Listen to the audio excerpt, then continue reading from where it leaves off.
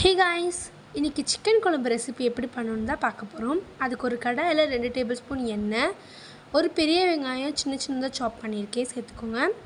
இது நல்லா பொரிஞ்சக்கப்புறம் கருவேப்பிலை சேர்த்துக்கோங்க. 2 பெரிய தக்காளி சின்னதாக கட் பண்ணியிருக்கேன், அதை சேர்த்து நல்லா வதக்கிக்கோங்க. இது நல்லா வதங்கினக்கப்புறம் உப்பு தேவையான அளவு, இஞ்சி பூண்டு விழுது 2 டேபிள் ஸ்பூன் சேர்த்துக்கோங்க.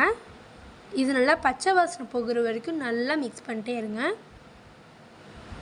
இந்த அளவுக்கு மிக்ஸ் பண்ணக்கப்புறம் 1 டீஸ்பூன் கறி மசாலா, 2 டீஸ்பூன் சிக்கன் மசாலா, 2 டீஸ்பூன் சோம்புத்தூள், 1 டீஸ்பூன் சில்லி பவுடர் இதை சேர்த்து நல்லா மிக்ஸ் பண்ணிக்கோங்க.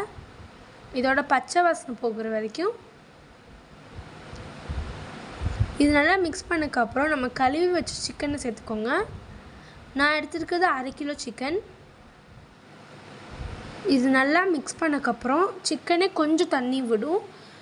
இந்த அளவுக்கு கொஞ்சம் நல்லா மிக்ஸ் பண்ணிக்கோங்க. அப்படியே விட்டிங்கன்னா அங்கங்கே கொஞ்சம் தண்ணி விடும். இந்த மாதிரி கன்சிஸ்டன்சியில் இதில் கசகசா, சோம்பு, தேங்காய் போட்டு அரைச்சிருக்கோம், அதை சேர்த்துக்கலாங்க. அதுக்கப்புறம் கொஞ்சம் தண்ணி, நம்ம சிக்கனை கொஞ்சம் தண்ணியாக பண்ணுறோம். ஸோ இது நல்லா பண்ணக்கப்புறம் 1 கை கொத்தமல்லி சேர்த்துக்கோங்க. நல்லா கொதி வந்தக்கப்புறம் 1 டீஸ்பூன் சீரகத்தூள் சேர்த்துக்கோங்க.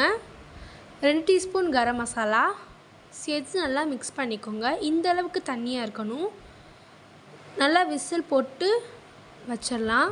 2 விசில் விட்டக்கப்புறம் நல்லா எண்ணெய் மிதக்க சிக்கன் தண்ணிய குழம்பு ரெடி. இட்லி, தோசை, பூரி, சப்பாத்தி எல்லாத்துக்கும் ஒரு சூப்பரான காம்பினேஷன் இது. முக்கியமாக இட்லிக்கு ஒரு செம்மையான காம்பினேஷன். கடைசியாக 2 டீஸ்பூன் மிளகுத்தூள் சேர்த்து நல்லா இறக்கி வச்சுருங்க. கமன்னு சிக்கன் குழம்பு ரெடி. இந்த வீடியோ பிடிச்சிருந்தா லைக் பண்ணுங்கள், சப்ஸ்கிரைப் பண்ணுங்கள், மறக்காமல் பக்கத்தில் இருக்க பெல் ஐக்கானை கிளிக் பண்ணுங்கள்.